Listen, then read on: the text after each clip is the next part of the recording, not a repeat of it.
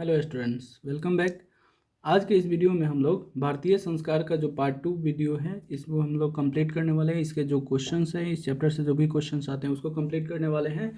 तो जो भी स्टूडेंट इसका पार्ट 1 नहीं देखे हैं पहले उसको देख ले, क्योंकि ये सारे के सारे क्वेश्चन उसी से रिलेटेड है। वो जब तक आपको चैप्टर का एक्सप्लेनेशन समझ में नहीं आएगा तब तक ये याद करना मतलब रटने की बात हो जाएगी। तो पार्ट 1 देखिए जिसमें पूरा का पूरा चैप्टर का एक्सप्लेनेशन है। उसके बाद हम लोग इसके क्वेश्चंस को आप लोग कर लीजिएगा, जिससे आप लोगों का पूरा ये चैप्टर जो है ऑब्जेक्टिव के साथ साथ जितने भी एक्सप्लेनेशन है और क्वेश्चंस है वो सारे के सारे आपके कंप्लीट हो जाएंगे, जिससे एग्जाम में एक भी क्वेश्चन नहीं छूटेंगे आपके। ठीक है ना। तो स्टार्ट करते हैं हम लोग। पहला है शैक्षणिक संस्कार कौन कौन से होते हैं। तो शैक्षणिक संस्कार कितने होते हैं? 5 होते हैं। कौन कौन से होते हैं? अक्षारंभ, उपनयन, वेदारंभ, मुंडप, मुंडन भी बोल सकते हैं इसको, ठीक है ना। और तीसरा उसके बाद अंतिम क्या था? समापवर्तन। मुंडन को और हम लोग क्या बोलते हैं? केशांत संस्कार भी कहा जाता है, ठीक है ना। जो कहाँ पे होता है? गुरु के घर पर। और इसी संस्कार को और हम लोग क्या बोलते हैं? गोदान संस्कार भी बोलते हैं, ठीक है ना। गोदान संस्कार होता है, ठीक है ना, क्योंकि इसके महत्वपूर्ण कार्य जो है वो गौ का दान करना होता था, ठीक है ना। तो दूसरा क्वेश्चन दिया हुआ है, भारतीय संस्कारा पाठ के आधार पर स्पष्ट करें कि संस्कार कितने हैं। तो संस्कार कितने हैं? 16 है। 5 प्रकार के हैं, लेकिन कुल संस्कार कितने हैं? 16 है। तथा उनके नाम क्या क्या हैं ये भी बताना है। अथवा इसी क्वेश्चन का दूसरा टाइप क्या पूछ सकता है? तो संस्कार कितने प्रकार के होते हैं और कौन कौन से होते हैं। या उसी क्वेश्चन को ऐसे पूछ सकता है, सभी संस्कारों के नाम लिखिए। तो जो भी क्वेश्चन हो उसके आंसर जो होंगे वो सेम होंगे। कौन कौन से? तो देखिए, संस्कार कुल कितने हैं? 16 है। इसको नहीं लिखना है। संस्कार कुल जो है 16 है। जन्म से पहले 3 कौन कौन सा? पुंसवन, सीमांतोनयन, और एक यहाँ वाला जो है वहाँ चला गया है गर्भाधान संस्कार। 3 संस्कार। पुंसवन सबसे पहले जो होता है, पुंसवन से पहले होता है गर्भाधान, ठीक है ना। गर्भाधान संस्कार, पुंसवन संस्कार, सीमांतोनयन संस्कार। जन्म से पहले 3 हो गया।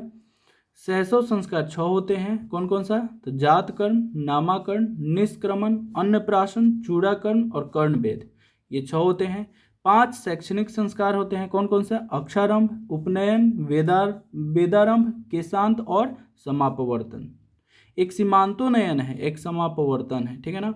उसके बाद यौवन अवस्था में यानी युवा जब हो जाते हैं तो उसमें विवाह संस्कार एक होता है, और व्यक्ति के मृत्यु के बाद जो है उसका अंत्येष्टि संस्कार एक होता है। और इस प्रकार से 16 संस्कार होते हैं, ठीक है ना। तो इसको आप इस तरह से एग्जाम में लिख सकते हैं, ये याद भी कर सकते हैं, ठीक है ना। दूसरा है, संस्कार किसे कहते हैं? विवाह संस्कार का वर्णन करें या 5 वाक्यों में उत्तर दें। ये अलग अलग क्वेश्चन है। अगर आपसे कोई पूछ दे संस्कार किसे कहते हैं, तो संस्कार जो होता है मनुष्य के भीतर जो है व्यक्तित्व का निर्माण करता है, यानी मनुष्य के भीतर की जो भी अशुद्धियां हैं उसको खत्म करके और शुद्ध तत्व लाने में सहायक होता है। विवाह संस्कार एक पवित्र संस्कार है। इसमें कौन कौन से कर्मकांड करते हैं वो हम लोग लिख लेंगे। उसके बाद 5 वाक्यों में इसको उत्तर देना है, ठीक है ना। तो अगर ये सेम क्वेश्चन पूछता है तो उसका आंसर इस प्रकार से हो जाएगा। तो व्यक्ति में गुणों के धारण को संस्कार कहा जाता है। संस्कार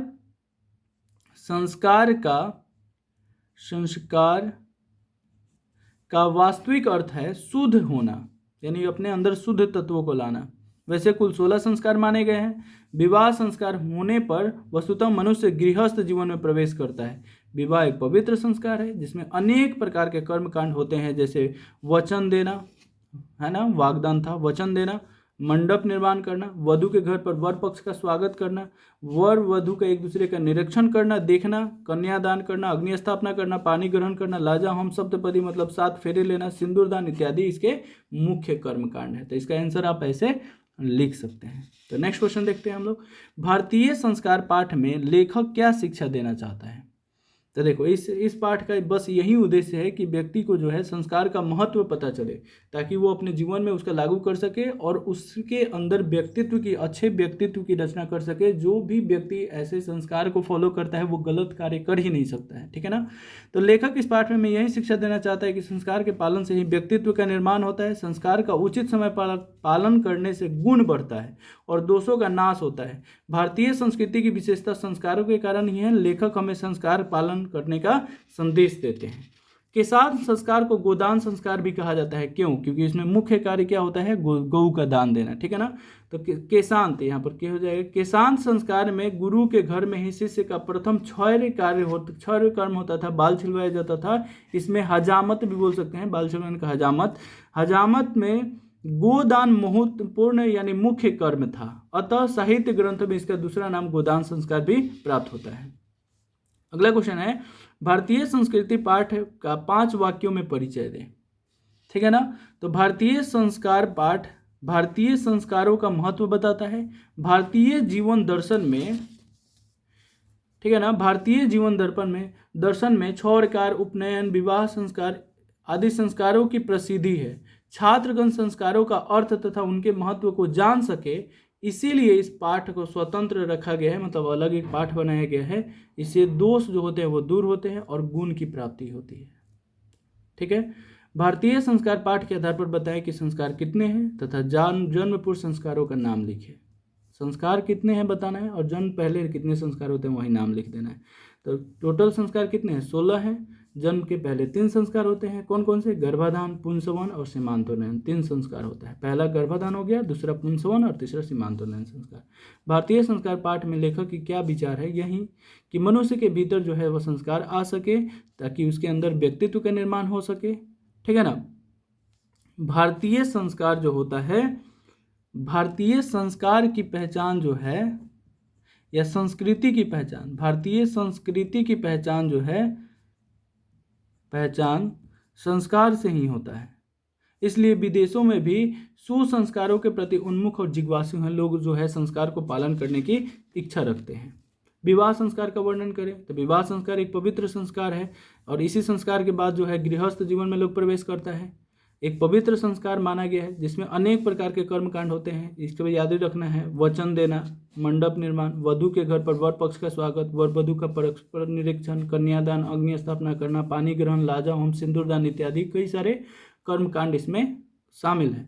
सभी क्षेत्रों में समान रूप से विवाह संस्कार का आयोजन होता है। सभी जगह एक समान ही विवाह संस्कार जो होता है आयोजन होता है और इस संस्कार के बाद जो है व्यक्ति जो है गृहस्थ जीवन में प्रवेश करता है। शिक्षा संस्कार का वर्णन करें तो शिक्षा संस्कार जो होते हैं कुल कितने होते हैं? 5 होते हैं। बहुत ही इंपॉर्टेंट क्वेश्चन है, देखिएगा। शिक्षा संस्कार में अक्षरारंभ, अक्षर का आरंभ करना, उपनयन संस्कार, वेदारंभ, मुंडप निर्माण संस्कार, समापवर्तन संस्कार इत्यादि आते हैं। जो भी पहला पार्ट 1 देखा हुआ है उसको पता होगा कि ये सभी का अर्थ क्या है। नहीं देखा होगा तो कोई बात नहीं, इससे भी समझ सकता है वो। अक्षरारंभ में बच्चा अक्षर आरंभ करना और अंक आरंभ लिखना शुरू करता है। उपनयन संस्कार में होता है जो गुरु होते हैं, यहाँ पर ये नहीं लिखना है, ठीक है ना। उपनयन संस्कार में ये नहीं लिखना है, ठीक है,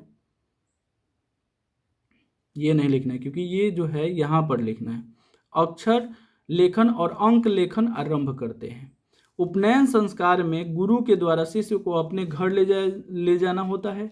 वहाँ शिष्य शिक्षा नियम का पालन करते हुए अध्ययन करते हैं। केशान संस्कार गुरु संस्कार में गुरु के घर में प्रथम छौर्य कार्य अर्थात मुंडन होता है तथा समापवर्तन संस्कार का उद्देश्य शिष्य को गुरु के घर से अलग होकर गृहस्थ जीवन में प्रवेश करना होता है। और इस प्रकार से हम लोग का ये चैप्टर के सभी क्वेश्चन जो होते हैं जो एग्जाम में आते हैं उसके अकॉर्डिंग जो है समाप्त हो जाते हैं।